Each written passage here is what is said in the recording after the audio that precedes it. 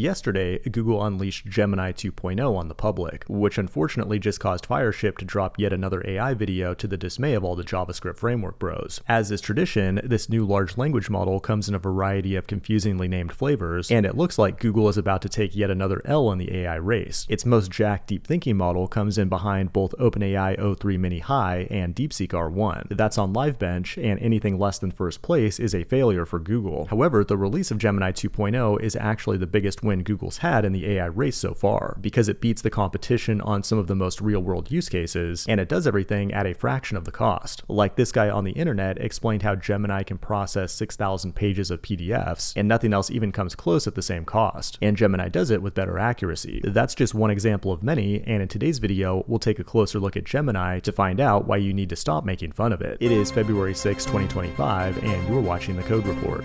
Google has taken a lot of L's in recent years. There was the monopoly conviction, the overly woke image generator, and yesterday Alphabet stock dropped because their cloud revenue didn't hit expectations. But there have been many dubs within these L's. After deciding not to not be evil, their AI killbots have been selling like hotcakes. But more importantly, Gemini is a legit contender to win the AI race because it's good enough, smart enough, and doggone it, people like it, mostly because it's cheap. And not just a little bit cheaper, but like over 90% cheaper. Like to get 1 million tokens out of GPT-4o, it's going to cost you $10, but to get 1 million tokens out of Gemini Flash 2, which is supposedly a better model than 4o, it'll only cost you 40 cents, which is nearly a 100% discount. That's even cheaper than DeepSeek, well, at least it was until they slashed their prices, although the true value of DeepSeek is that it's open source. Gemini also has a light model that's even less expensive and faster, and then there's a bigger pro model that's more expensive. What's really awesome though is that if you're not a developer using the API, all these models can be used for free in the chatbot, and they can do things that no other LLM can do, like watch YouTube videos. In fact, if you're watching this video by putting your eyeballs in front of a screen, you're falling behind. What you should do right now is go to the deep thinking model with experimental apps and have Gemini summarize this video for you, so you can get back to work playing Civilization 7. What's really crazy though is that Flash has a 1 million token context window, and that goes up to 2 million on the Pro model. That's like 100,000 lines of code or 16 novels, and that means you can feed it way more data as a starting point compared to O3 Mini and DeepSeek, which are limited to 128k tokens. And it's a terrifying feature if you have a vector database or RAG startup, because that's way more context than most people will ever need. But another crazy thing I tried was chat with Gemini using Flash 2.0. When your kids ask questions like why does water always stay level even though we supposedly live on a curved ball, Gemini will talk to you in a way that feels so natural that you almost forget you're in Uncanny Valley. Yo, the Earth's hella round, but water's so chill it just does its own thing and creates these totally flat vibes. Now, when it comes to benchmarks, Gemini still falls behind OpenAI O3, and it's not the best choice if you're doing PhD level math and science. But surprisingly, Gemini is currently on top of the LM Arena benchmark, which is basically a blind taste test where people try out different LLMs and rank them. It beats everything including DeepSeek and O1, although O3 is not on this list yet. However, if you're a web developer, a better benchmark is WebDev Arena, and there Gemini 2 comes in 5th, tied with O3 Mini. Meanwhile, Sonnet and DeepSeek are on top, which aligns with my experience coding with these models in tools like Cursor. And it's also worth noting that Google's Imagen is currently sitting on top of the text-to-image leaderboard. Gemini is proprietary, but Google did give the open source community a big win recently by open sourcing the operating system for the Pebble Watch, which died a long time ago but was the best smartwatch ever made. But in case you haven't heard, they're actually bringing the Pebble Watch back. In addition, Google does have an open family of LLMs called Gemma, but they're going to need a big update to compete with things like DeepSeek. But if you're building an app with tech like this, one of the most important choices you'll have to make is where to deploy your code, and that's why you need to know about Zavala, the sponsor of today's video. If you're old enough to remember when Heroku was actually good, Zavala is like a superior modern successor, where you can deploy entire full-stack applications, databases, and static websites, all backed by Google Kubernetes Engine and Cloudflare, but most importantly, without all these painful YAML configs. When you finish grinding your fingers to the bone building an app with your favorite framework, you can easily ship it to production by 1. Connecting a Git repo or Docker image to Zavala, 2. Provision some resources, and finally 3. Click the deploy button. Not only will it host your web application and database backed with DDoS protection, a CDN, and edge caching, and a beautiful graph to visualize it, but you can also fully automate getting your code from development to production by building CI/CD pipelines. Give Zavala a try for free right now with $50 in free credits using the link below. This has been the Code Report. Thanks for watching, and I will see you in the next one.